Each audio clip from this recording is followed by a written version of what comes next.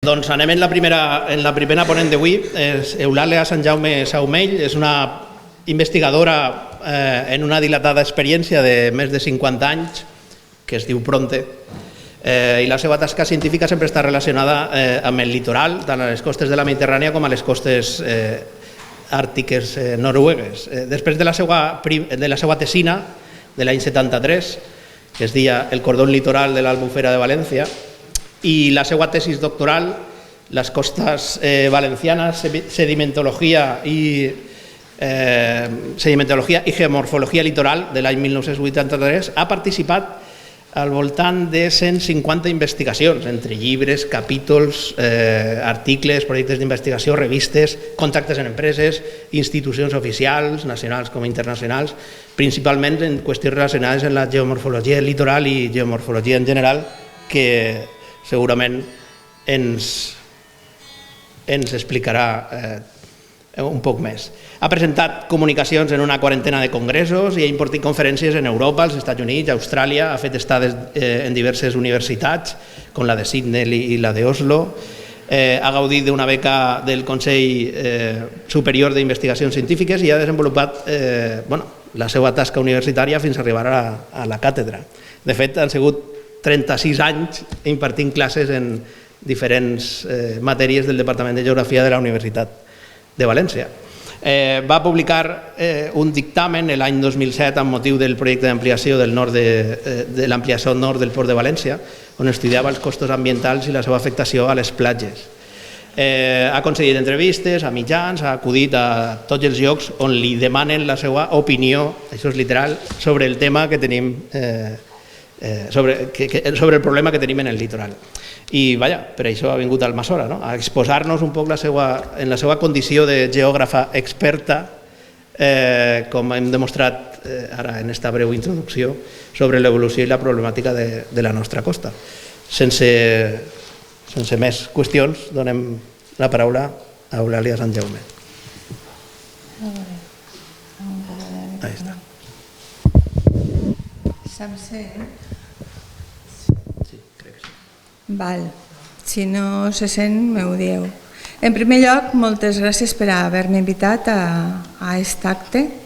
Estic molt contenta de poder estar ací i poder parlar de lo que més m'agrada, que és de les nostres costes.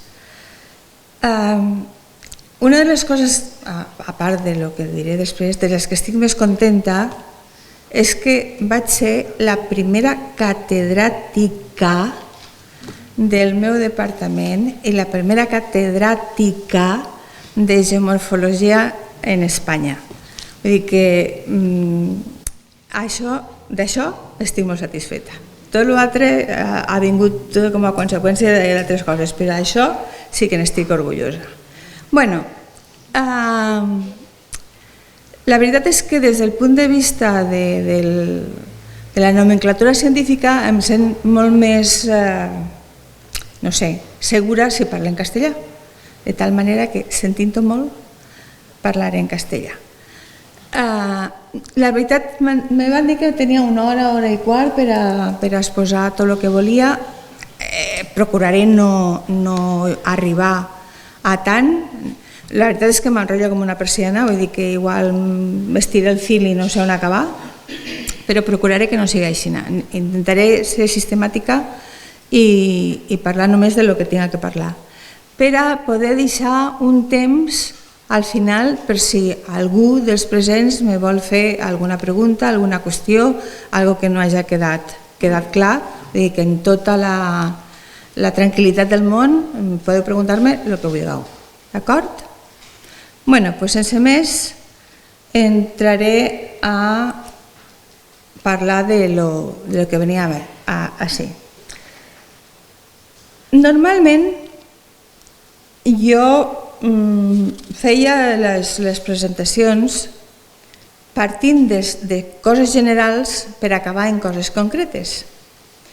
I vaig plantejar la comunicació d'aquesta manera, de lo més general a lo més particular. Però després vaig pensar que per el problema de si m'enrotllava massa i no podia arribar a la cosa concreta, esta volta començaré al revés.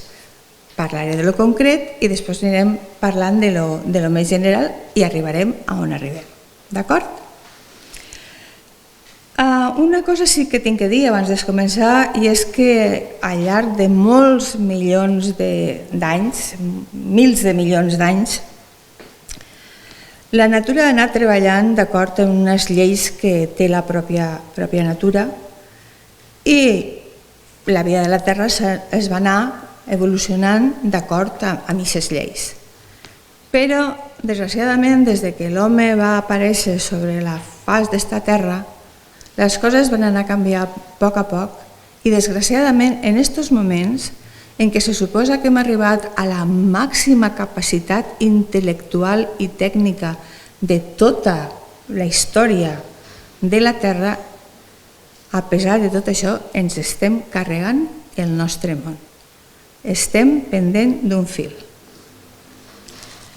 No havia passat mai en els 4.600 milions d'anys que té la Terra.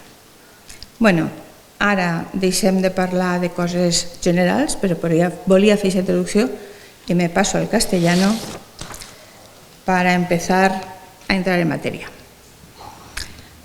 En sentido amplio, la zona donde estamos, en la zona de Almazora, queda enmarcada por una serie de relieves, montañas, pues unas de orientación catalánide, otras de orientación ibérica, que forman una especie de anfiteatro, de semicírculo alrededor de la llanura en la que después se ha hecho el abanico aluvial o el abanico deltaico. Estas montañas son las que han aportado sedimentos a los ríos y los ríos son los que en realidad nos van a dar los sedimentos para generar esa llanura. Esa llanura ha tenido diferentes momentos a lo largo aunque solamente sea a lo largo del Cuaternario, que es en la época más reciente, momentos en que los sedimentos continentales, los materiales continentales han predominado porque el nivel del mar estaba más bajo que el actual, y otros momentos en que el nivel del mar ha estado por encima del nivel actual y entonces han sido los sedimentos marinos los que han llegado a esa llanura. En esta llanura han contribuido para su formación fundamentalmente los ríos que han evolucionado posteriormente y han formado el abanico, que son, y ustedes lo conocen mucho mejor que yo, el Millars y la Rambla de la Viuda. Dos ríos que confluyen a unos 8 kilómetros del mar y que han contribuido desde donde se rompe, se produce la máxima ruptura de pendiente, pues han empezado empezaron a generar esta formación. Formación que, si se fijan, yo no sé si en la pantalla se verá bien o no, en realidad ese abanico llegaría prácticamente hasta Castellón y prácticamente hasta Borriana. Es decir, si ven, se notan como paleocauces, porque en los parcelarios se ve diferente, o las carreteras, o incluso los caminos, cómo van siguiendo la progradación de ese abanico. O sea, que ha sido algo muy grande y que poco a poco se ha ido reduciendo, pues, por acción antrópica, evidentemente.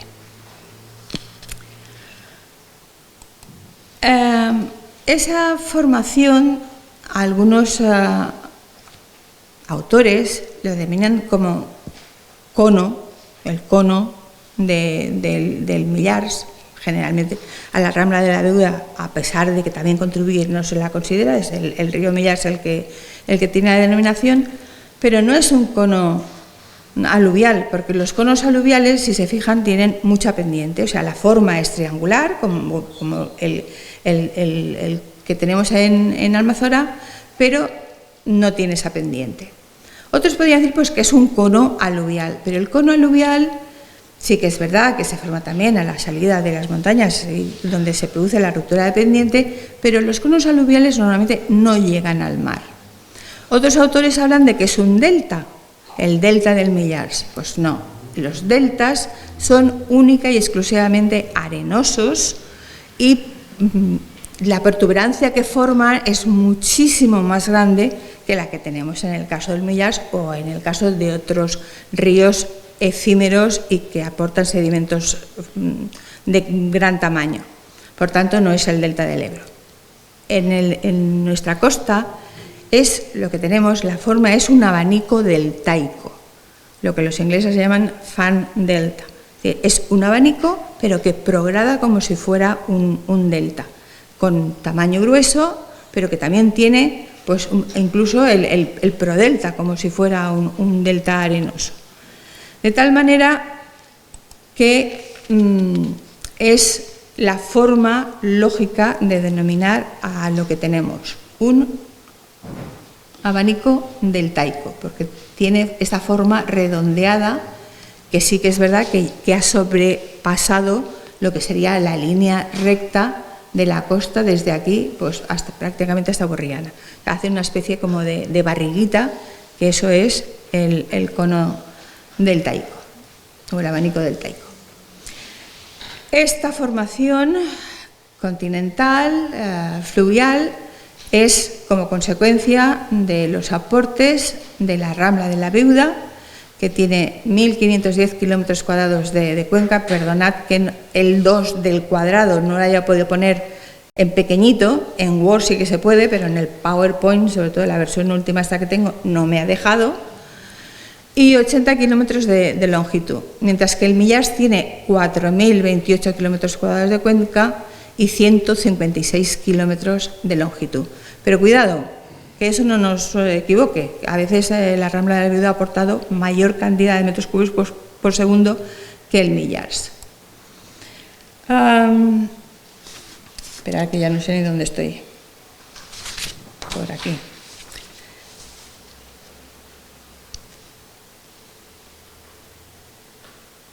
Las crecidas de los ríos, tanto del Millars como de la Rambla de la Viuda, son muy importantes. Y la mayor o menor crecida, la mayor o menor cantidad de agua que llegará al curso bajo dependerá de si los pantanos que están regulando la cuenca, ustedes los conocen mejor que yo, el de Arenós, el de Sitjar y el de María Cristina, ceden agua, abren compuertas al mismo tiempo o no. Si se sincronizan, la crecida en la parte baja será muy grande, mientras que si no se sincronizan, pues puede que las aguas no lleguen a una gran altura, ¿de acuerdo? O sea que el hecho de que el desagüe de los pantanos se realice al mismo tiempo o no es de gran importancia para la zona baja. El pantano de Arenós tiene una capacidad de 137 hectómetros cúbicos y fue construido en 1980, es un pantano muy reciente. El pantano de Sitjar tiene una capacidad de 52 hectómetros cúbicos y se construyó en 1960, también relativamente reciente, bueno, en la época del pantanismo, de la época del franquismo. Y luego el pantano de María Cristina, que es el más pequeño, capacidad de 27 hectómetros cúbicos, pero que es el más antiguo, ya que se construyó en 1920. Las crecidas más importantes de las registradas, las he puesto porque a mí los números ya me bailan, una de octubre de 1962 en la Rambla de la Viuda y sobre todo una crecida que se produjo en diciembre de 1988 y enero de 1989, que fue continuada, probablemente la más importante de todas las que ha habido, en donde se sumaron 240 metros cúbicos por segundo del Millars con los 358 metros cúbicos por segundo de la Rambla de la Viuda. Como veremos después, es la única crecida que ha dejado señales en la propia desembocadura. Después hubo otras crecidas no tan importantes, la de octubre del 2000 de la Rambla de la Viuda, en marzo de 2015 en la Rambla de la Viuda y en noviembre del mismo año en el Millars. Las crecidas de estos ríos son crecidas típicas mediterráneas, o eran, porque en la actualidad esas crecidas se producían en otoño. Otoño era la época de mayores lluvias, de la pantanada de Tous, la inundación de Valencia del 15 o 14 de octubre. Es decir, que siempre se producían en otoño, pero en la actualidad las crecidas se pueden dar en otoño, en invierno, en primavera, excepto en verano, que de momento no se ha producido ninguna, porque la verdad es que últimamente no llueve absolutamente nada. Otra cosa que quería decirles es que, según parece, la cantidad de agua aportada por los ríos desde 1911 aproximadamente está disminuyendo de manera paulatina, pero sin dejar de disminuir. Y esto tiene que estar en relación con las modificaciones del uso del suelo de la cuenca de los ríos. Es decir, antes esas cuencas, aparte de no estar reguladas por pantanos, recibían una gran cantidad de aportes de las vertientes. Cuando se producían las lluvias, los sedimentos de las vertientes circulaba por la vertiente hasta llegar al cauce del río. Pero hubo un momento en que las vertientes estaban abancaladas, cultivadas, se abandonaron los cultivos, se abandonaron los bancales, creció la vegetación, y la vegetación, que nos viene muy bien por el oxígeno, etcétera, etcétera, pero desde el punto de vista del aporte de sedimentos, redujeron de manera muy importante la cantidad de sedimentos que llegaban a los ríos.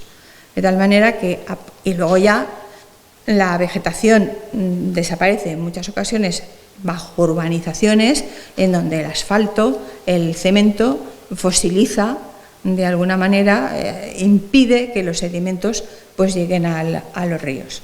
De tal manera que esa sería la explicación de que la cantidad de agua y sedimentos que lo llevan los ríos sea por acción antrópica.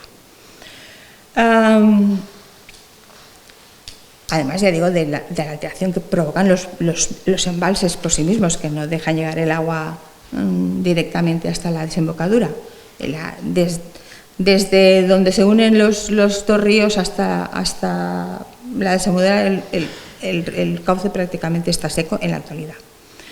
El agua almacenada en los pantanos tiene uso agrario y para abastecimiento urbano y supongo que también industrial.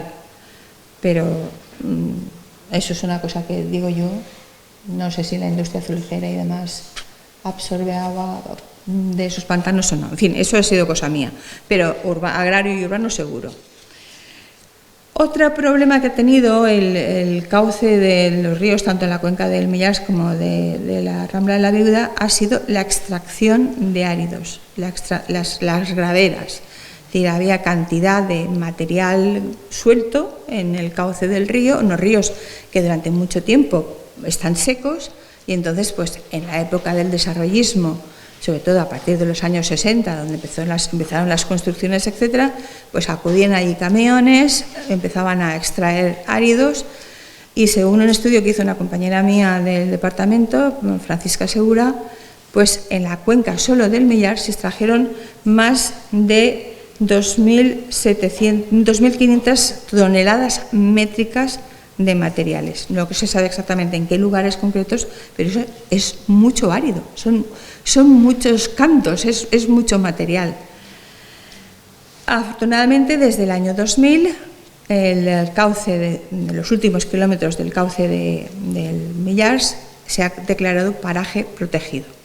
O sea, no se puede hacer absolutamente nada. No sé si se le ha concedido el caudal ecológico o no, pero por lo menos no se puede hacer ningún movimiento. Bueno, lo que quería decir es que desde 1956 la línea de costa en la desembocadura solo ha progradado en 2 ocasiones, solamente ha avanzado en 2 ocasiones. En 1990, como consecuencia, y luego veremos en las fotos que tengo, como consecuencia de esa gran riada que hubo entre diciembre del 89 y enero del 90, Y después, en el 2020, como consecuencia, pero en ese caso no por aporte del agua del río, sino por el temporal Gloria, que lo que hizo fue apilar material de la desembocadura, empujando los cantos que estaban sumergidos hacia el exterior. El puerto de Castelló, espérate, que me he ido, del que tenía que hablar por necesidad. En esta foto, que es de 1956, pero claro, se construyó en 1893, y eso que estamos en el principio de los tiempos, fíjense o fijaros que si no fuera por el dique del puerto, la costa seguiría en línea recta probablemente hasta aquí. O sea, todo esto es lo que ha desaparecido por culpa, además, la sombra de oleaje que realiza a los temporales que normalmente son del noreste, pues es más o menos parecido. Es decir, entre el puerto, lo que retiene, que después volveremos sobre ello, como las formas perpendiculares a la costa, sean puertos, sean diques, alteran la dinámica marina, alteran la dinámica litoral, la deriva de los sedimentos, y acumulan a un lado, pero erosionan al otro. Y luego hay otra cosa que también genera erosión, y es la forma más o menos incurvada que tiene el abanico del Taico. También lo explicaré posteriormente. El abanico, por su forma redondeada, y el puerto, sobre todo, es lo que ha determinado la erosión de la costa de Almanzora. ¿Ves controlándome el tiempo para que no...? 10 minutos. Sí. Vale. Bueno, lo que he traído ha sido, junto a un compañero mío que él es joven y entiende mucho de cosas técnicas y me ayuda en algunas de las comunicaciones, o hacemos trabajos conjuntos. Me ha estado buscando una serie de fotos para que podamos ver la diferencia desde los inicios que tenemos, fotos aéreas, hasta el final. 1945, incluso yo no había nacido todavía. Fijaros que el río es un río con un cauce extremadamente ancho, que no tiene las desembocaduras, pues parece que no llegan hasta el mar, y que es un río de tipo trenzado, lo que se llaman los ríos braided. Es decir, en ese momento, 1945, todavía no estaban construidos los dos pantanos de la Rambla de la Viuda, de tal manera que llevaba muchísima más agua que en la actualidad. Por tanto, el agua, según la velocidad o el caudal fuera mayor o menor, circulaba por un sitio, circulaba por otro, de tal manera, es que no sé si se ve en la pantalla, pero se ve como forma una especie de líneas que se van superponiendo y forman pequeñas islitas dentro del cauce, y eso es lo que en inglés se llaman los ríos braided, y que podríamos decir aquí que son los festoneados, ¿vale? Es una costa en esos momentos que no está en absoluto, aparte de la importancia del puerto, que ya hemos visto que la tiene, pues es una costa que no está en absoluto antropizada.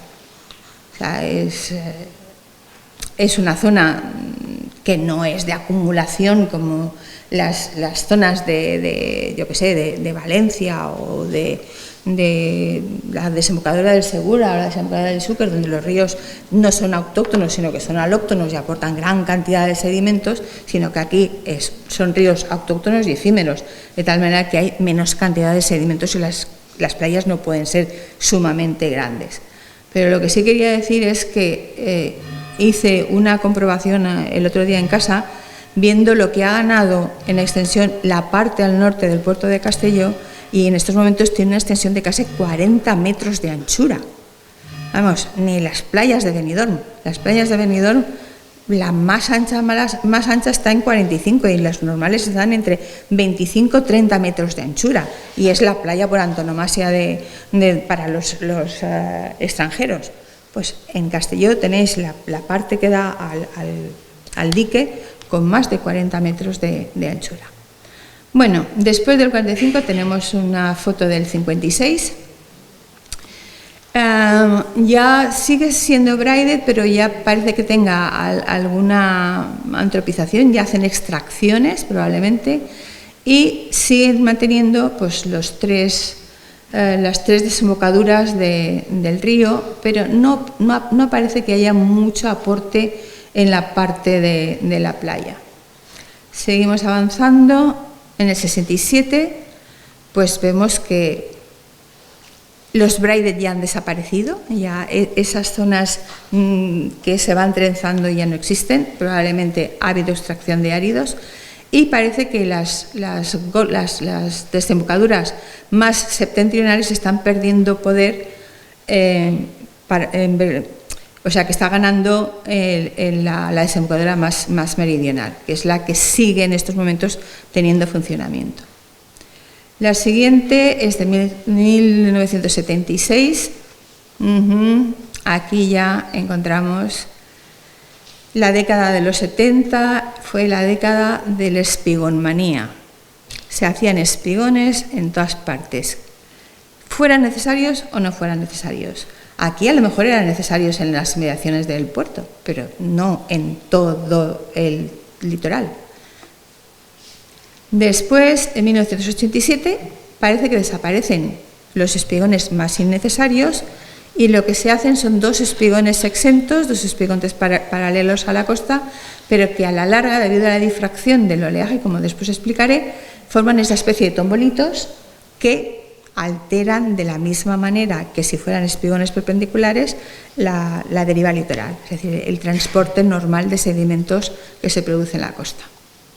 Después pasamos a 1999 y aquí ya encontramos como se ha producido en el 90, se produjo esa gran crecida. Ya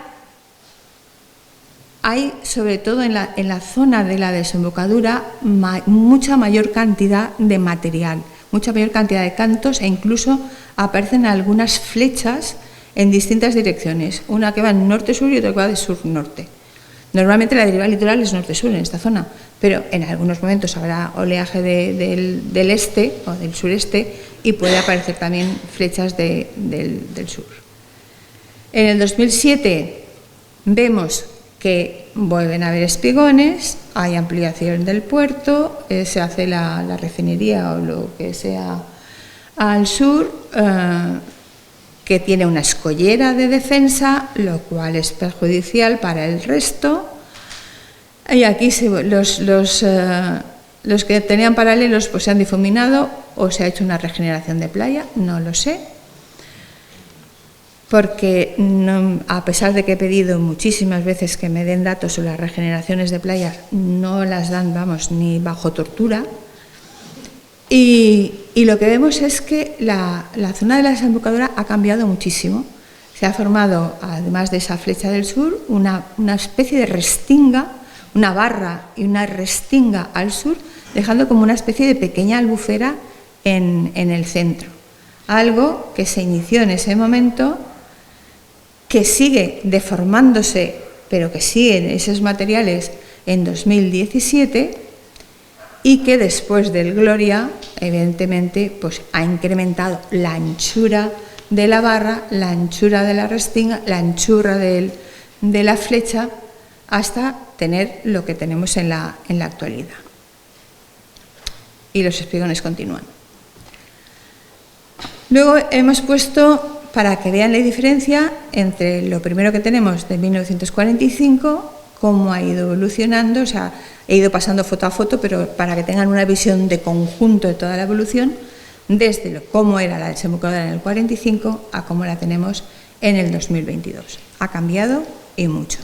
Esto era un río típicamente fluvial, con funcionamiento fluvial, y este es un río que prácticamente no actúa ya como río y donde toda la acumulación en la desembocadura es marina. Ha cambiado de continental a marino en el borde límite de la desembocadura. ¿De acuerdo? Pues ya que hemos hablado de lo continental, ahora vamos a hablar de lo marino. El comportamiento del sistema litoral, no hagan caso de lo que está escrito. El sistema litoral es muy simple, sumamente simple, pero en la misma simplicidad tiene una gran complejidad. El sistema litoral depende de la cantidad de aportes que llegan al mar y de la cantidad de energía que llega a la playa. Para una misma energía, si tenemos que llegan muchos aportes, pues que hay muchas riadas, etcétera, la playa progradará, se hará más ancha. Para esa misma energía, si no llegan sedimentos, pues como no hay sedimentos que alimenten a la playa, el oleaje que había con la energía que tenía erosionaría. Lógico. Ahora supongamos que para una misma cantidad de sedimentos lo que cambia es la energía. Si hay menos energía, a pesar de que los sedimentos no varíen, la playa, como no se erosionará, pues crecerá. Pero si se incrementa la energía, a pesar de tener los mismos sedimentos, erosionará porque la energía es mayor y las olas sean mayores y podrán erosionar mayor cantidad de material. Y ahora estamos en una situación en la más crítica, porque no es que tengamos pocos sedimentos, es que no nos llega ni un simple canto a las costas, porque se queda todo en el interior, porque está todo urbanizado. Bueno, ya hablaremos de eso, no me quiero enrollar. Pero no llega nada y además la energía del oleaje se está incrementando. Y eso lo hemos visto en el Gloria, como después también me hablaré de ello, que los temporales son cada vez más frecuentes y con mayor energía.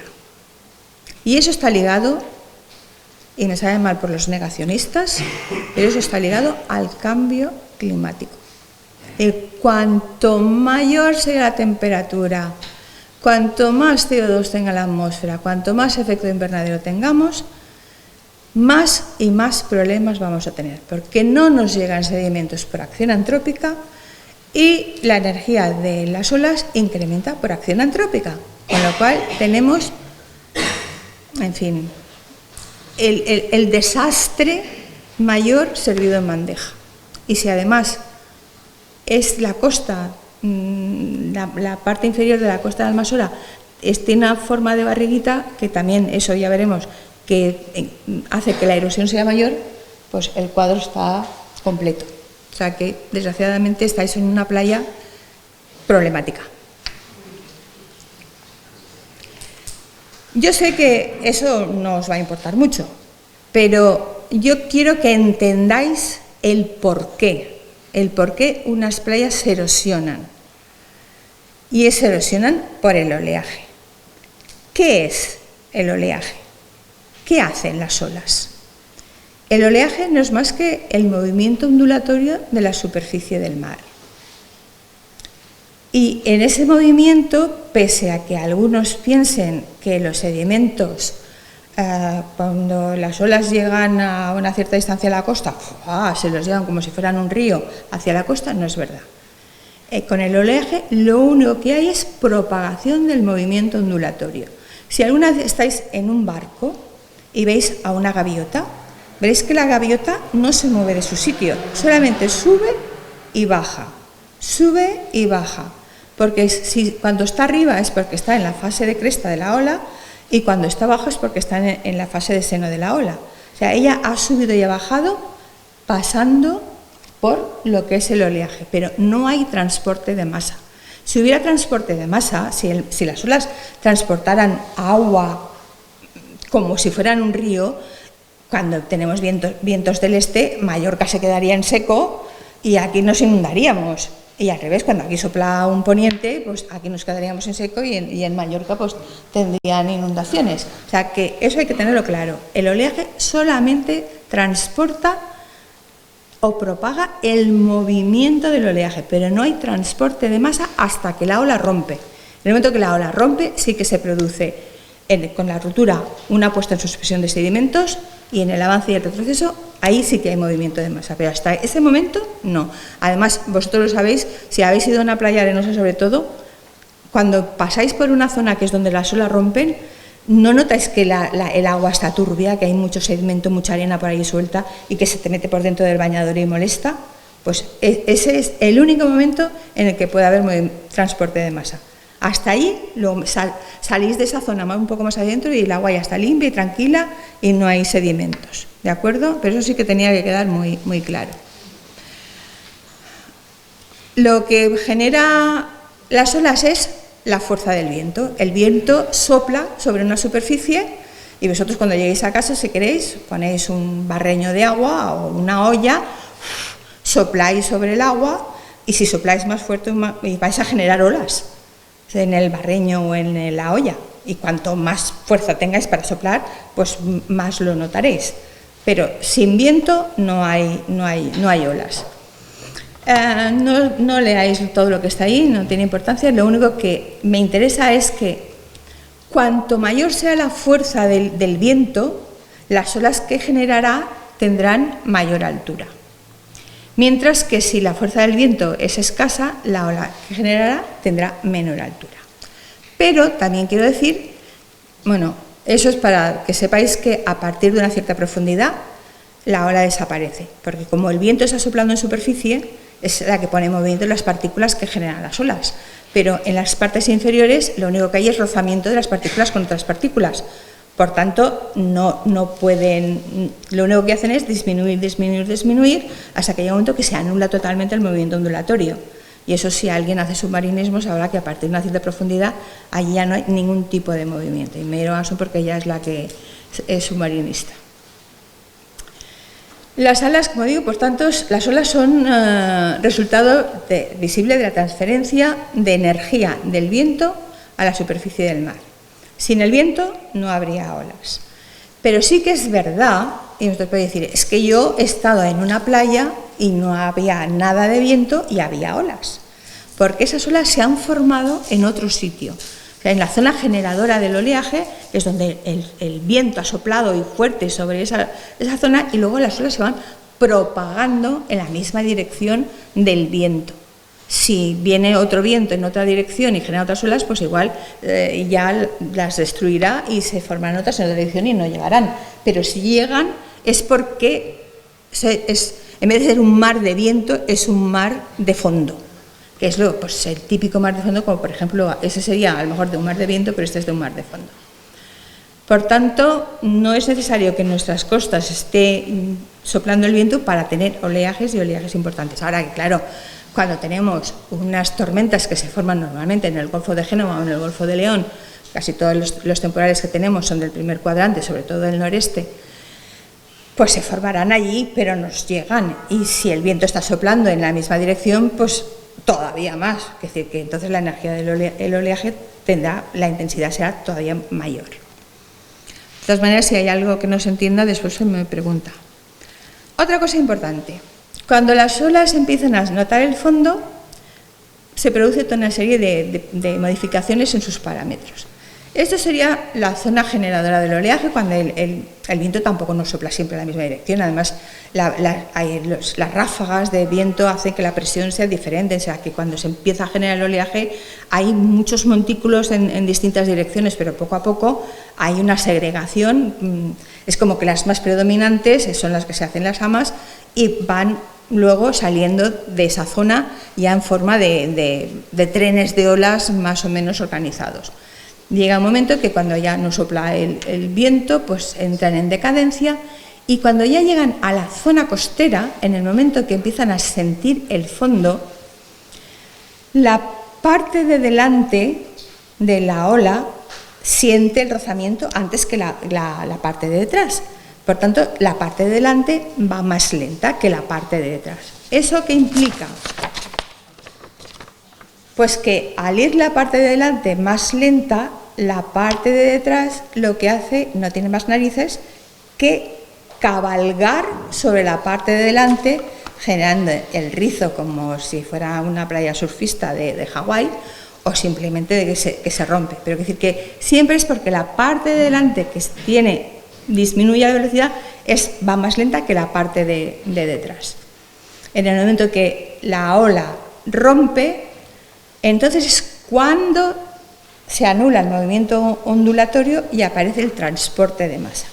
¿De acuerdo? Y es cuando se ponen en suspensión todos los sedimentos que tienen un movimiento, cuando la ola rompe, un movimiento embestida con un flujo turbulento hacia la playa, y después tiene el flujo de retroceso, que es laminar y siguiendo la línea máxima pendiente de la playa.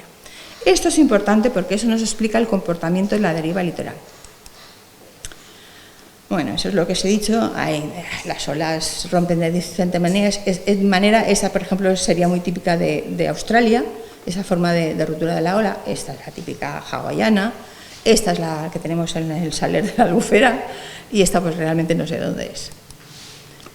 ¿Cómo funciona la deriva litoral? Y eso es importante para todo, para saber cómo nos alterará en los puertos, los diques, etcétera.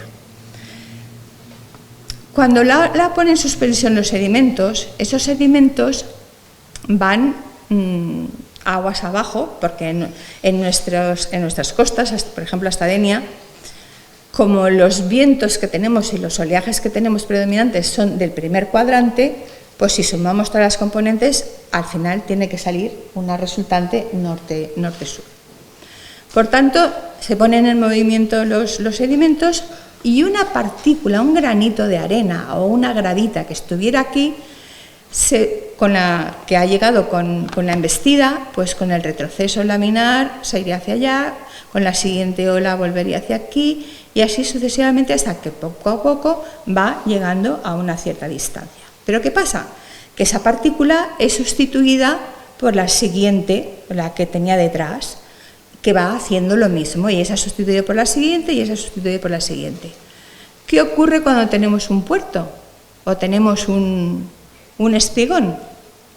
Pues que todas las partículas que llegan al espigón chocan contra el espigón y se quedan ahí tan monas y hacen pues un aumento de la playa de X metros.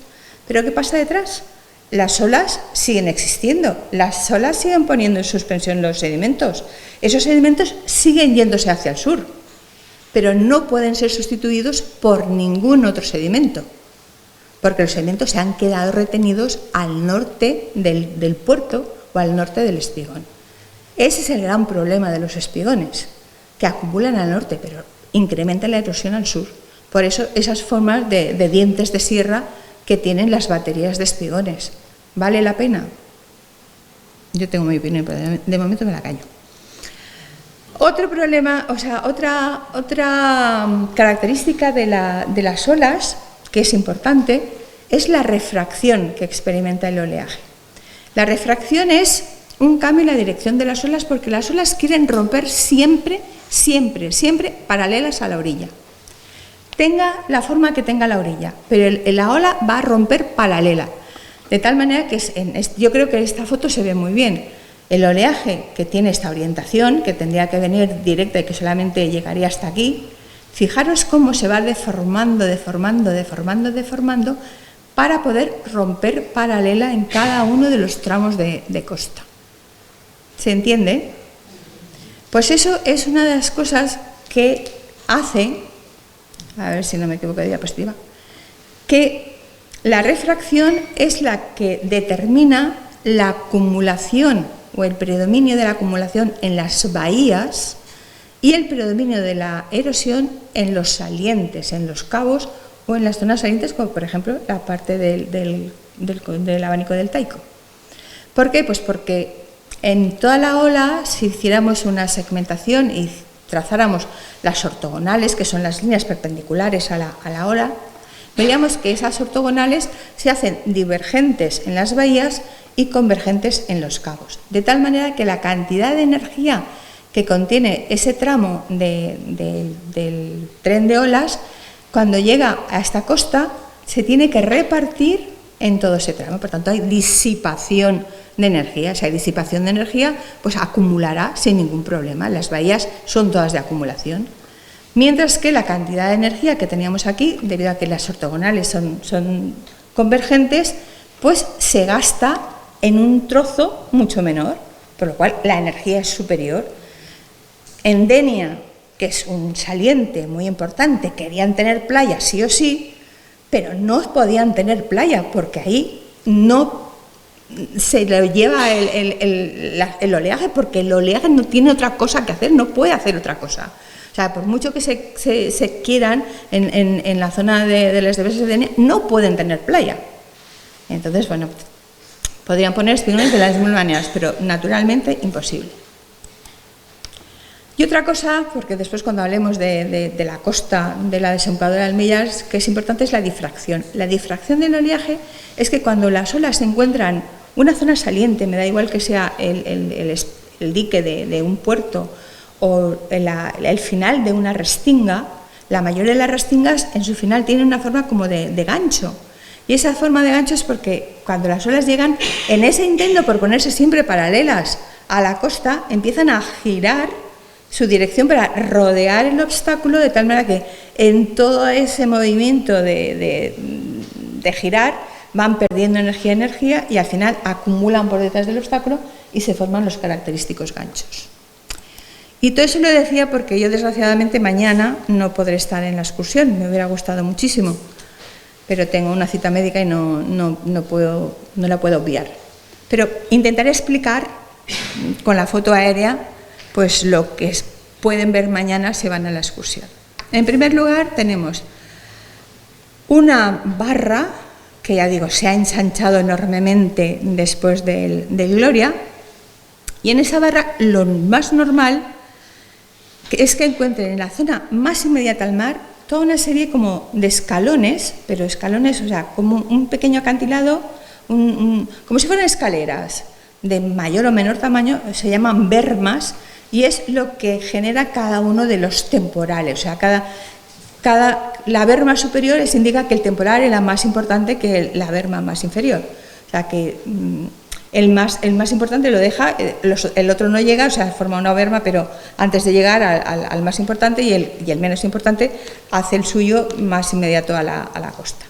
Después, lo que van a encontrar es en esa barra de cantos, pues a lo mejor algunas crestas de playa, los beach reeds, que se forman por acumulación de sedimentos, que les da una forma más o menos, pues eso, de una crestita, que puede ser una o varias, y después van a encontrar, esta es una flecha, que si fijan antes, en un momento antes del Gloria, era de punta libre, como fue en su momento la flecha litoral de la Albufera de Valencia, y tenía forma de gancho.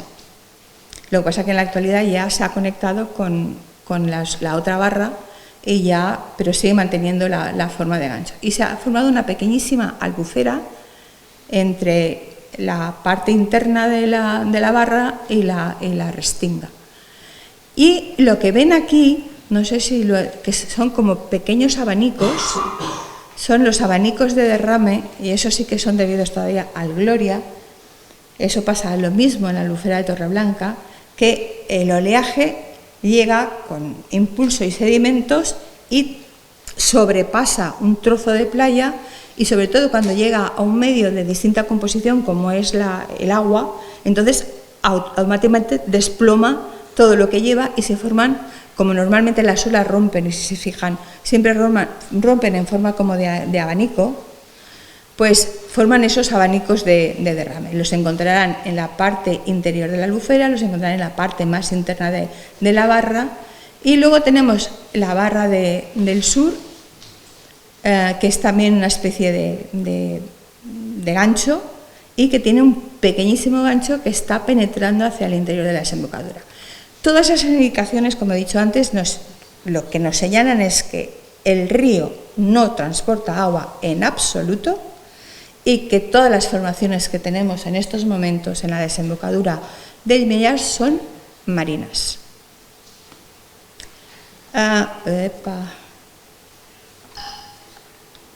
Esto es con foto lo que han visto antes de la pequeña albufera y los abanicos de derrame que se han producido con el Gloria, ¿de acuerdo? O sea que mañana, cuando estén pisando, espero que se acuerden de mí y se acuerden de lo que he intentado explicar.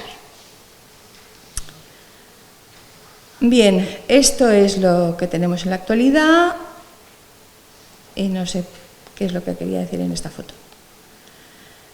Bueno, sí, que estamos, pero como ya lo he dicho antes, pues voy a pasar en el peor de los escenarios. Tenemos el puerto, tenemos la subida al nivel del mar, tenemos la forma, aunque la última acumulación la ha deformado un poco, de la desembocadura, por tanto es el mejor de los escenarios para tener una costa erosiva, erosiva y erosiva. Y os digan lo que os digan, lo lamento, pero seguirá siendo así ad infinitum. A no ser que se haga algo, pero que no será lo que os van a proponer. La extracción... No, es verdad. Y lo tengo que decir porque si no, no me puedo morder la lengua. La acción antrópica es la que ha generado todo el desastre en las costas. Y ha llegado a unos extremos que ya son totalmente inasumibles. No nos merecemos los resultados de lo que hemos hecho en la costa. Estamos pagando la intemerata en medio ambiente, pero también en dinero. Yo supongo que la gente del ayuntamiento sabrá mucho mejor que yo la cantidad de miles de euros que supone cada una de las regeneraciones de playa. Yo no lo sé ni quiero saberlo, porque todavía me pondría de peor humor. Pero la verdad es que tenemos un problema y grave, y sobre todo cuando tenemos un cambio climático en el que en el 2022, como nos decían antes, el día 20 de enero, sufrimos un temporal que se clasificó como ciclón tropical. Un ciclón tropical a nuestras latitudes, a latitudes templadas. Eso no se había visto nunca, pero jamás en la vida, en los 4.600 millones de años que tiene la Tierra. No, yo no estaba en los 4.600 millones de años, pero vamos, que desde que hay registros, jamás en la vida. Y eso es consecuencia del cambio climático. Y para que quede constancia, y para decir a los que me dicen que no, que el cambio climático eso ha pasado toda la vida y que siempre ha habido momentos fríos y momentos cálidos, les diré que sí, pero que la cronología, el espacio de tiempo entre un cambio y otro no es el mismo. Si antes necesitaban siglos para cambiar de frío a cálido o de cálido a frío, aquí tenemos pues a lo largo del Cuaternario, desde 18.000 años hasta el presente, pues hubo un cambio desde el 18.000 al 10.000, 8.000 años. Después hubo otro cambio entre el 10.000 y 8.000, 2.000 años. Después hubo otra zona, que es la medieval, que duró pues 400, 500 años. Ya hemos cambiado de magnitud, ya no son miles, ya son cientos, 400, 500 años. Y a partir de 1850, a partir que se inicia la revolución industrial, sorpresa, la temperatura empieza a aumentar de manera desmesurada. Y ese gráfico termina en 1920, pero si lo tuviéramos de 2022, veríamos que esto se está aumentando de manera exponencial. O sea, somos nosotros los que nos estamos destrozando el planeta. Y que no me vengan diciendo que eso ha pasado toda la vida. Sí que ha habido glaciaciones toda la vida, desde que la Tierra es Tierra, sí que ha habido extinciones de masa, pero ¿nos queremos extinguir? Eso es lo que yo pregunto. Extinciones de masa es una cosa que se ha producido a lo largo de la historia de la Tierra, pero ¿nos queremos extinguir? La vida continuará, pero ya no será la que tenemos ahora, serán las bacterias anaerobias que había al principio, pero no la vida de los humanos que respiramos oxígeno. Hay que tenerlo muy en cuenta. Dicho lo cual, los principales problemas del sistema litoral, bajo mi punto de vista, son la disminución de entradas de sedimentos al sistema litoral, es decir, a la playa, la urbanización prácticamente total de la franja litoral, la regeneración de las playas, sobre todo si se hacen simplemente para cambiar la textura, pasar de cantos a arena, porque así los turistas estarán más cómodos porque no se les... Cuando os pongan la toalla los cantos no se les clavarán, y las regeneraciones incluso necesarias si son exclusivamente de arena y de arena tan fina también me parecen mal. Después está la destrucción de la mayor parte de las dunas litorales, de los grandes conjuntos dunares, pero también de las dunas de la Fordun, de la primera línea dunar, excepto en algunos puntos muy concretos, las demás han desaparecido todas. La construcción de paseos marítimos, que no sé por qué les dio la manía de hacer los paseos marítimos encima de las dunas, cargándose las dunas. El único paseo marítimo bien hecho, y no diré que porque me hicieron un caso, pero sí que el ingeniero era amigo mío y estuvimos charlando, digo, no te da lo mismo encima de la duna que detrás de la duna, con lo cual me hicieron caso.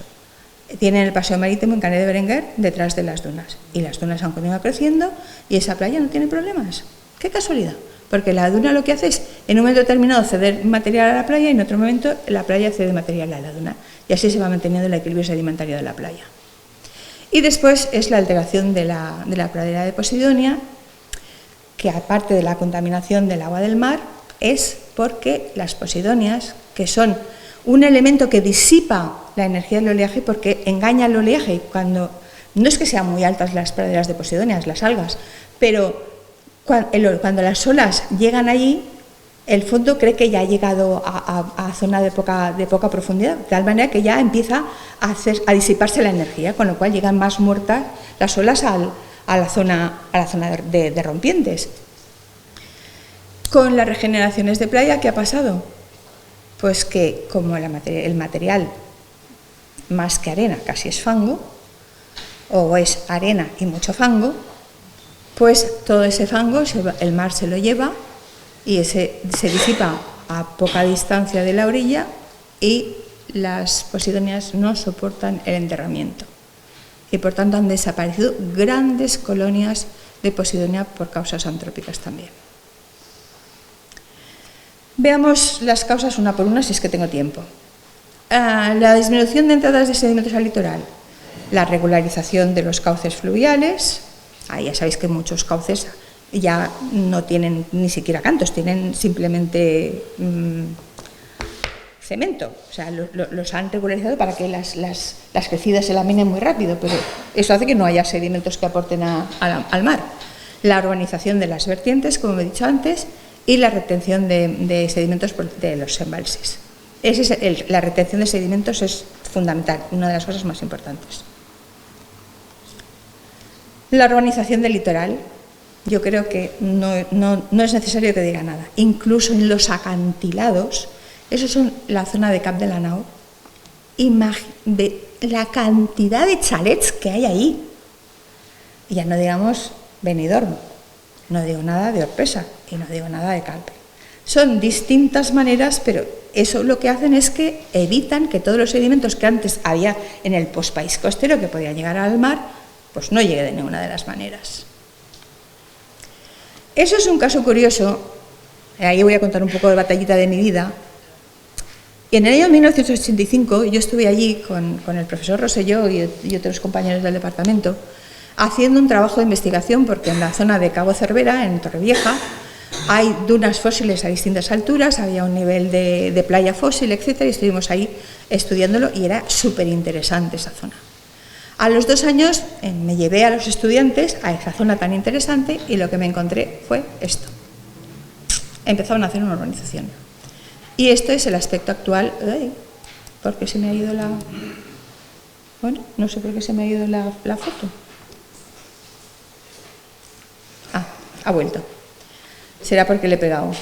Lo que teníamos de referencia era la Torre del Moro, es esta, y ahora la Torre del Moro es esta. Fijaros todo lo que se ha hecho delante. Eso no tiene, bajo mi punto de vista, no tiene nombre. Moraira, un pueblecito pescador precioso, con unas zonas fósiles también increíbles. 1976-1996, un puerto deportivo de lo más para los ricos de la zona. La destrucción de las dunas. En el Saler había un campo de dunas fenomenal, en la zona de la desembocadura del Segura hay un campo de dunas todavía fenomenal y en la zona del Altet había un campo de dunas fenomenal, de dunas fósiles y de dunas actuales. Las urbanizaciones se han comido la mayor parte de las dunas. En el Saler se destrozaron todas las dunas del conjunto externo, las arrasaron. Yo tengo una foto que se me ve en una de las zanjas que hicieron tomando sedimentos para mi tesis. Y en la zona del Altet, en la zona que da al aeropuerto, ahí se han salvado porque no se puede edificar, porque como está el aeropuerto y es la zona de aterrizaje y de despegue de los aviones, ahí no puede haber alturas. Por tanto, es el único trozo en donde se conservan tal como eran anteriormente. Las causas de la destrucción de las dunas pues es la urbanización, usos recreativos como el campo de golf, por ejemplo, el que hicieron en el campo del Saler, que cuando nos llamaron del ayuntamiento para ver qué se podía hacer con todo el desastre que se había hecho, mis compañeros los biólogos querían cargarse el campo de golf y yo, no, y decían, ¿pero por qué? Digo, porque es que han mantenido la forma original que tenían las dunas. Y es la única zona en donde puedo saber cómo eran las dunas antes del arrasamiento. Por favor, no me los toquéis. Y lo dejaron. Paseos marítimos que se cargan las dunas. Esa es la foto que os decía yo. Esta soy yo cuando era joven. En el año 72-73. Estaba sacando muestras para la tesina. Y entonces bajé porque si no hubiera... En fin, dentro de la desgracia tuve la suerte porque pude tomar muestras de profundidad que de otra manera no hubiera podido tomar. Y también pues lo que hace todo eso es que elimina el intercambio de arena entre el postpaís y la zona costera. O sea, aquí se ve muy bien que toda la arena que de otra manera se había estado en la zona de la playa emergida, pues aquí se queda enterrada y ya no sale al exterior. Otro problema es la construcción de los paseos marítimos. ¿Por qué los paseos marítimos no se pueden hacer detrás de las dunas? Como os ha dicho, no. Al lado porque los queremos para pasear, pero no queremos andar 50 metros más de lo que toca. Nos vamos a pasear porque tenemos que hacer ejercicio, pero no queremos hacer ejercicio. Pues igual que las edificaciones, si pudieran hacer balconing, yo creo que lo harían. Dentro de poco lo podrán hacer porque ya tendrán el mar debajo de casa. Pero los paseos marítimos podían estar en una zona que no molestaran al intercambio de sedimentos con la playa. Las playas sufren retroceso costero y además los espigones, los paseos marítimos, después de temporales importantes, sufren retrospectos y a gastarse dinero y que bien los ingenieros que tienen más de qué comer. Después, el cambio de textura de los sedimentos. Estos son los pedregars de Daimús, pues en los años 80, cuando yo estaba haciendo la tesis, que también soy yo, y esto es en la actualidad, que se llama los pedregars de Daimús, cuando no hay ni una sola piedra, todo es arena. Esto es lo peor que se ha podido hacer, pero no en Daimús, en Orpesa, en cualquier sitio donde hayan cambiado la textura original de los cantos por la arena, y sobre todo en aquellos sitios que han sido tan listos los que hacían la regeneración, que se han llevado todos los cantos para vender ese material para las cementeras, etcétera, etcétera, porque en algunos sitios todavía dejan los cantos debajo y por lo menos se lleva la arena, pero los cantos se quedan. Porque cuando hay un temporal, los cantos lo único que hacen es apilarse. Y yo he visto fotos después del Gloria con cantos que han sobrepasado las carreteras, pero después con la maquinaria se vuelven a coger esos cantos y se vuelven a llevar a la playa, se aplanan, y aquí para allá ya Gloria, no ha pasado nada. Pero la arena no, la arena se va y no vuelve. Aunque un ingeniero me decía que sí, que después las olas la devuelven, sí, como si el oleaje fuera un río. Ya hemos dicho que no hay transporte de masa, o sea que de ninguna de las maneras. O sea que SOS, por favor. En el futuro, los jóvenes, que no hagan esas cosas. Luego las praderas de posidonias, las pobres, que se están reduciendo enormemente debido a la contaminación y al aterramiento. Y después otra cosa que se hacía también es que, como somos muy señoritos los que vamos a la playa y los restos de las posidonias que el mar nos deja en la playa es que huelen mal, es que tienen moscas, entonces hay que limpiarlas, hay que quitarlas. No. Los restos de las praderas de posidonias lo que hacen es proteger la arena, proteger la playa. Hay que limpiar con muchísimo cuidado, pero ya en muchos sitios están concienciando a la gente de que esos restos de pradera de posidonia es en beneficio de la propia playa. Y entonces incluso ya hay sitios donde ponen protección natural de la erosión costera mediante utilización de las hojas de la posidonia. Luego están las obras rígidas de mi corazón. Obras rígidas como los puertos, me da igual que sea el puerto de Castellón, de las distintas ampliaciones desde 1893, que fue el inicio, hasta la actualidad. El demás de mis entretelas, porque vivo en Valencia y porque, en fin, toda la costa, la Devesa del Saler ha sido mi casa. Bueno, no vivo allí, yo vivo en la ciudad, pero vamos, que he estado allí toda la vida, están mis dunas, etcétera, todo, que es las que destruyeron, las que no. Pues el puerto que antes era esto era el puerto de Valencia, con un espigoncito aquí, otro espigoncito aquí, se ha convertido en todo esto. Y luego dicen que no pasa nada. Si no pasa nada. ¿Cómo que no pasa nada? Ese espigón, la verdad que no continúa. Hay una cosa que siempre digo y que los demás no me entienden, es la sombra de oleaje. La sombra de oleaje quiere decir que todos los oleajes del noreste, cuando hasta aquí no pueden llegar a la costa, o sea que solamente llegarán a partir de donde está ese espigón o donde está ese espigón en Castellón. Es decir, y todo ese tramo que queda entre el espigón y la sombra de oleaje es donde las olas empezarán a actuar y se empezarán a llevar el sedimento, con lo cual, si antes ya se había erosionado la parte más inmediata al puerto porque no se había ampliado, ahora con la ampliación se erosionará más al sur, y si amplía más, se erosionará más al sur, y así sucesivamente. O sea que, ojo, ya. Bueno, las obras de escollera también alteran, pero en fin, simplemente que hacen el perfil más la erosión. Las olas llegan con mayor energía. La regeneración de playas es una solución que a mí al principio digo, bueno, pues delante de las olas rígidas, que son los espigones, pues las regeneraciones bienvenidas, pero no. Ahora las soluciones blandas te ponen la regeneración y el espigón para que aguante la regeneración, con lo cual no hacemos nada. La textura de los sedimentos y la manera en que se hace el vertido no son las más apropiadas. La arena es demasiado fina, fijaros aquí, se parece prácticamente, no sé, barro. Y sea del tamaño que sea, es arena fina, no encuentran arena gruesa. Y por tanto, el primer temporal se llevará la arena e irá en contra de las posidonias.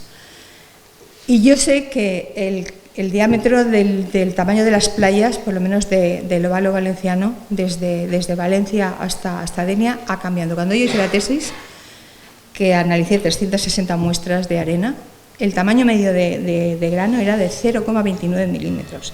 En 2007 volví a analizarlo para ver qué es lo que había pasado y el tamaño medio es de 0,14 milímetros. Eso es debido a las regeneraciones que se hacen con material demasiado fino. Por tal, las regeneraciones no nos sirven para nada si siguen haciéndose como hasta ahora. ¿Qué habría que hacer bajo mi punto de vista? Yo voy pregonándolo por todas partes, pero caso ninguno. Espero que aquí haya alguien que se ilumine en algún momento y me haga caso en algo de todo lo que digo. Los sedimentos retenidos en los pantanos, y esto hace 1000 años que lo estoy diciendo, deberían, aunque fueran en camiones, devolverlos a la playa. Eso ya lo dije hace 1000 años y me dijeron los ingenieros, no, es que están muy contaminadas y eso sería súper caro. Pues me da igual, también son súper caros las regeneraciones de playa. Pues que cogen, que draguen los pantanos, porque además el pantano está para tener agua, no para tener sedimentos. O sea, tendrán más capacidad para contener agua y los sedimentos que se transportan, o sea, que los saquen, que los laven, que los descontaminen y en camiones, si hace falta, a la playa. Las regeneraciones de playa no deberían hacerse en lo más fácil, que es como hacen ahora, a la playa seca, la playa emergida, llego con el camión, vuelco el teso, paso el bulldozer, lo aplano y ya está. Vamos, está tirado. No. La regeneración, puesto que con la erosión, el perfil de la playa sumergida, si antes era muy poco tendido, ahora es mucho más tendido, con lo cual no hay disipación de energía en ninguna de las olas y las olas rompen con mucha mayor energía que antes. Las regeneraciones deberían hacerse dentro del agua.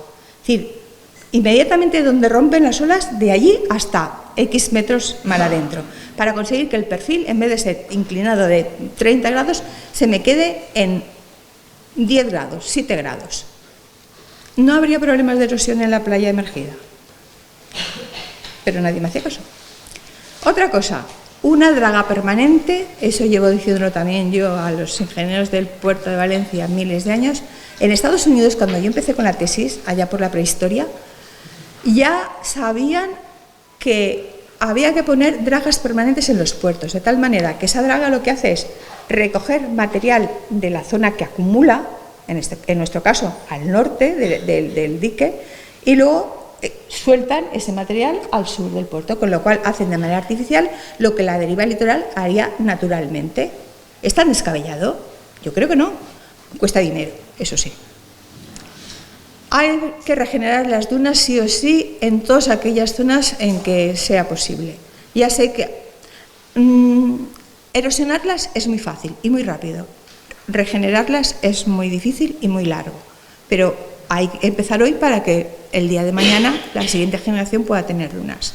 Hay que evitar bajo todos evitar la urbanización, pero me da risa a mí misma porque libres completamente natural, solamente quedan 1,5 kilómetros entre el río de la Senia y en la zona de Vinaroz, desde el río de la Senia 1,5 kilómetros abajo, que no hay absolutamente nada, y luego creo que otro 1,5 kilómetros en el Pilar de la Horadada, en una zona que ahora está en los juzgados porque quieren hacer una urbanización y se han plantado que es que es el único tramo que nos queda sin nada. Pues bueno.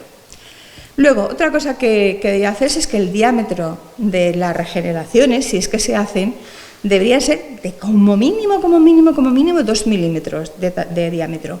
Y si pudiera ser, y eso se ha probado, si pudiera ser, se ha probado en Altea, tamaño grava, es decir, de 3 milímetros o más. En Altea lo han hecho y los últimos no han tenido ninguna gloria, pero en los últimos temporales que han tenido, la grava ha aguantado. Ya sé que no es tan bonita como la arena, pero si con eso conseguimos que la playa dure más y los ayuntamientos gastarse menos millones, pues supongo que estaría bien. Y finalmente, puesto que desgraciadamente las posidonias no se pueden plantar, no son como las chufas o las patatas, pues habría que encontrar un sistema que en la parte sumergida disipara la energía de las olas como hacían las posidonias. Y me da igual que hagan como en Estados Unidos, que hundieron barcazas de la Segunda Guerra Mundial, o que pongan una especie de arrecifes, o que pongan, yo que sé, hay imaginación al poder, algo con hilillos, aunque sea de plástico, pero que no se degrade, para que algo que impida que las olas lleguen con toda la energía a la costa.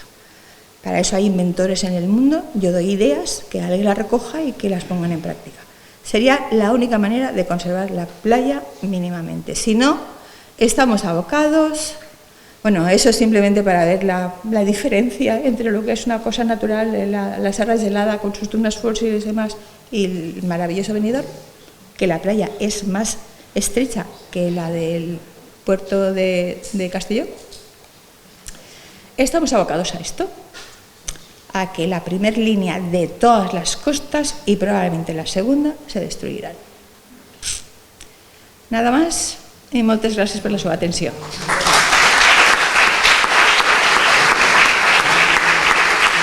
Hay tiempo para...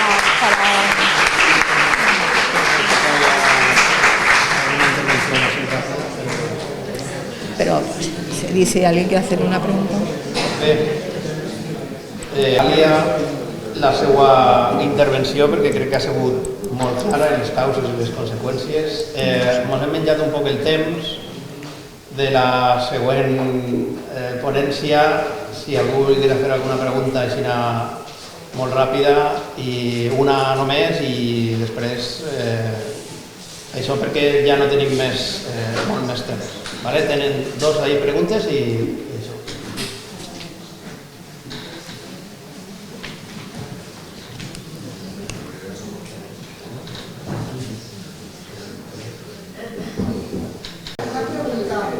Según la teva experiència... Espera, havien demanat 2 torns de preguntes. 3. Creo que Pero habían dit dos. Bueno, que sean tres, va. Muchísimas gracias por la exposición, me encantaba, ha sido súper clara. Y yo lo que no entiendo es que, tal claro que exponen y saben ustedes que han estudiado el tema, no puedo entender cómo las personas que son responsables de las costas de este país no sepan todo eso y lo apliquen. Y nos estén martirizando a los vecinos, que es lo único que están haciendo, sin poner ninguna... O sea, por ejemplo, usted ha dicho que las playas de Cerdeña no tiene regeneración. Yo tengo una casa allí que ha sufrido por este temporales. Y la única regeneración que han propuesto desde el Ministerio son 3 espigones y rellenar la arena a estas alturas. Entonces, bueno, no lo puedo entender, sinceramente. No se asesoran bien, no hablan con ustedes los profesionales de la universidad. Es cuestión de voluntad. Es simplemente una cuestión de voluntad. Desgraciadamente, sobre todo los grandes departamentos, los ministerios, etcétera, se mueven como los diplodocus, es decir, muy lentamente. Y variar es algo que les supone mucho esfuerzo. Están acostumbrados a hacer una cosa, tienen unas empresas que son a las que les hacen esto y lo que hacen lo otro, y variar y hacer otra cosa diferente, es como que les chirría. Pero ellos no pagan, o sea, bueno, pagamos entre todos, o sea, lo pagan con nuestros impuestos, o pagan los ayuntamientos, pero también con nuestros impuestos, o sea que si el dinero saliera de su bolsillo, probablemente las cosas serían mejor. Lo siento, pero diciéndolo con palabras llanas. Hola. Dit abans que no s'havia fet una regeneració a les imatges de les hores i aquestes regeneracions. I el que volia dir jo és que aquesta platja era una via grossa de cartobogats i s'ha fet regeneració d'arena. Això el que ha fet és disminuir dràsticament la capacitat d'infiltració de la platja i per tant deixar la defensa. I totes les imatges que necessita Mineral i inundacions i tot això és per això, perquè la platja d'arena li fa com una rampa de llançament a l'aigua i per això ha penetrats. Jo crec que en el cas del Pla de la Torre, si no s'han fet aquestes regeneracions per granulometria molt fina d'arena, l'aigua no haurà penetrat i no haurà desbordat la carretera del mur i haurà entrat dins de les cases. Si eren còdols el que hi havia, lo que haguera fet el Glòria haguera sigut espitjar i haguera fet potser una muralla de còdols. Però l'auia probablement, potser algo hauria arribat, però no seria de cap de les maneres com ha sigut.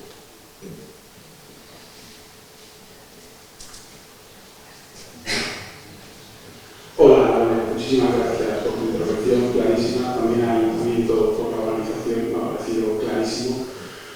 Yo vengo desde la última foto, desde la casa de la última foto de Maradona Babilonio, vengo desde allí, la casa de mi vecino Joaquín, y su padre, un ingeniero de Icono, grandísimo defensor de la naturaleza y de que he dado muchísimo conocimiento. Lo has dicho al principio de tu intervención, se supone que estamos en el punto de máximo conocimiento técnico, de máxima intelectualidad, que tenemos más referencia y perspectiva de lo que hemos hecho en el pasado.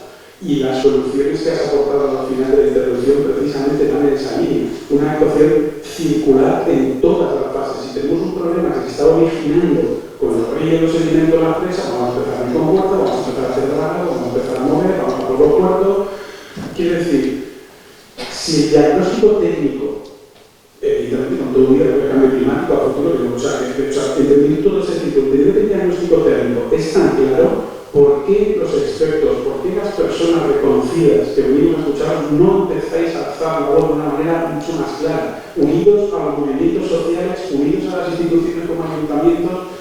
Y lo hacéis más claro, porque yo evidentemente vengo a hablar de mi libro y digo, yo soy un vecino afectado de esta costa, luego por quitarme la casa y digo, ¿por qué el eslabón final de la fila es más débil ahora van a hacer el pagar el pato? Que igual tengo culpa de mi casa y me tengo que ir y lo aceptaré y me resistiré porque tengo esa sensibilidad. Pero, ¿por qué la única solución que parece que se está aportando es casa fuera, gente fuera, familia fuera y un diagnóstico técnico tan claro? No se empieza a abordar de esta manera amplia, circular y multidisciplinar. Hay soluciones, ya he dicho, algunas de las que a mí se me ocurren, pero probablemente mañana por la mañana, cuando venga José Serra, os diga algo completamente diferente. Es que incluso los científicos no nos ponemos de acuerdo. Una cosa son los ingenieros y otra cosa somos los que no somos ingenieros. O sea, yo lo veo con una perspectiva. Yo no tengo que hacer ningún espigón, yo no tengo que hacer ningún proyecto. Entonces yo puedo decir exactamente lo que pienso. Ellos no. Los ingenieros saben mucha matemática, saben de muchas cosas, pero a lo mejor no se han preocupado de estudiar oceanografía, física, como me he preocupado yo, para saber cómo funciona el oleaje, etcétera, etcétera. Entonces, un ingeniero me decía, que no era Pepe Serra, me decía pues eso, que el mar volvería a devolver la arena como si fuera un río a la playa. No, señor, eso es imposible. Quiere decir que les falta esa base. Y ya digo, igual mañana pues les va a decir que sí, que las regeneraciones son estupendas y demás, pero unas regeneraciones, bajo mi punto de vista y con toda sinceridad y con toda honestidad, una regeneración con un tamaño inferior a los 3 milímetros es pan para hoy y hambre para mañana. O sea, se hagan como se haga, o sea, hay que hacer, sobrepasar, o sea, que decir, vayamos un poco más allá, saquemos el material de los embalses, hagamos regeneraciones con material más grueso. Yo lo siento por los turistas, pero es que vosotros, los vecinos, lo tendréis mucho mejor. Y si os aguantan mejor las playas, los ayuntamientos tendrán que gastarse menos dinero en las regeneraciones, o sea que es bien para todos. Pero, desgraciadamente, a los científicos no nos hace nadie caso. Así son las cosas. ¿Asumolías algo? No, es con respecto a lo que has dicho de las construcciones y todo eso, la regeneración, no sé, la regeneración está clara, yo soy de tu opinión, pero cuando se empeñan en ampliar los puertos, volvemos otra vez al inicio. ¿Cómo tendría que ser el futuro de este puerto de Castellón para que no afectara a esta playa? Porque yo estoy viendo el puerto de Valencia, los puertos de Barcelona siempre se amplían hacia el sur. El puerto de Barcelona no tiene problema porque al sur tiene una montaña. De tal manera que eso le hace... No tiene problemas detrás de la montaña de Montjuïc. La montaña de Montjuïc le hace de parapeto. Por eso no tiene problema el puerto de Barcelona. Pero el puerto de Castellón, el puerto de Burriana, el puerto de Valencia, todos los puertos y puertos deportivos y portes, etcétera, les pasa lo mismo. ¿Cómo se soluciona? Ya no es por las... No habría que ampliarlos más, vamos. Yo los prohibiría totalmente. Yo estoy totalmente en contra de la ampliación que se hizo y de la próxima. Y ya lo dijo en el 2007, yo hice un dictamen para el puerto. No me hicieron ni caso, está claro. Pero todo lo que dije es... Mira, un compañero me decía, biólogo, me decía, pareces Nostradamus. Todo lo que dijiste se está cumpliendo. Pues ¿por qué? Pues porque yo no tengo ningún interés y digo lo que realmente 50 años de experiencia me avala, ni más ni menos. O sea, llevo muchos años, me gusta lo que hago, me he dedicado mucho a esto, he estado en muchos sitios y con muchísima gente que sabía muchísimo y he intentado aprender de todos ellos. Pero la verdad es que me gustaría que la única solución de los puertos, les cueste dinero o no, es la draga. O sea, que tengan una draga permanente, un barquito que vaya de manera mensual, que saque material de esa hermosa playa que tiene de 30 metros o delante de esa playa y que la suelte al sur, o si no, no se hace nada. Pero pueden hacerlo, ¿eh? Lo que pasa es que cuesta dinero y no quieren. Pues nada, no sé cómo comunicar esto. Més clar no ha pogut ser. Bé, moltes gràcies, Eulàlia, per les teves aportacions. ¿Me puedo quedar el agua? Ara